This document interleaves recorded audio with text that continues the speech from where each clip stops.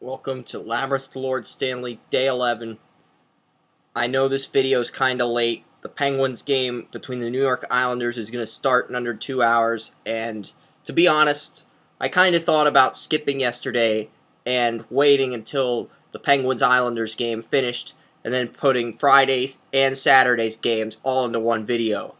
I really strongly considered that, but after much deliberation, I decided we're going to put this video up now, and we can either put the Penguins-Islanders video up Sunday along with the other games, or we can just put that video up as an individual video or an individual article on draftutopia.com so you get the full in-depth breakdown of that game, shot by shot, with analysis. But I'll probably do a video for that game and an article on top of that, so you can get the video and the article, like the video with the goals, the highlights, and then you can get the article separate, in-depth, like period-by-period action, because there's only one game on tonight, and that's the game that's on. But let's pick things up. Game 5, Maple Leafs Bruins, second period. Tyler Bozak scores with a wrist shot. Maple Leafs lead 1-0.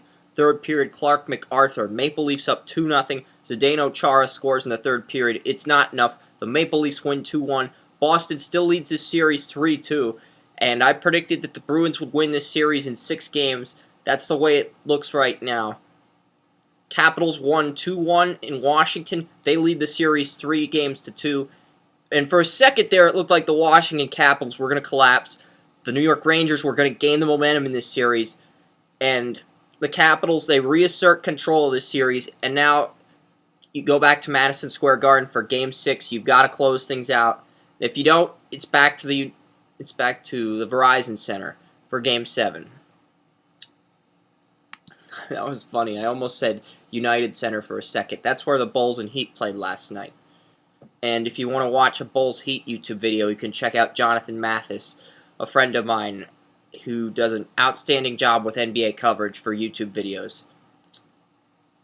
Third game featured the Anaheim Ducks versus the Detroit Red Wings. First period, Pavel Datsyuk scores. Red Wings up 1-0.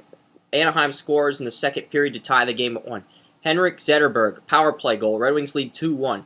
Daniel Cleary, he scores, puts the Red Wings up 3-1. Emerson Edom, he scores. Ducks only trail by 1 now. Bobby Ryan scores. The game is tied at 3. Overtime, Henrik Zetterberg fires a slap shot. Zetterberg scores! Red Wings win 4-3.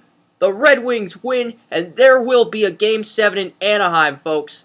If Anaheim wins, they would get home ice in the next round along with the Chicago Blackhawks. If the Red Wings win Game 7, it would cap off a remarkable comeback by Mike Babcock and the Detroit Red Wings hockey players.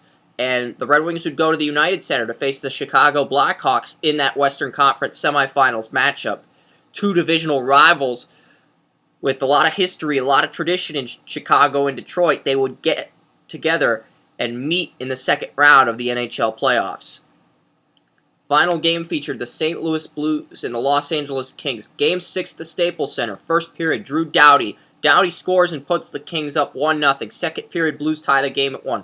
Later in the second period, Dustin Penner. He scores a 60-foot slap shot with 0.2 seconds left in the period to put the LA Kings up 2-1. Penner's slap shot keeps the Kings' chances at repeating for a Stanley Cup alive for one more round. I said the Blues would make the Western Conference Finals. I was wrong. The Kings did a hell of a job coming back.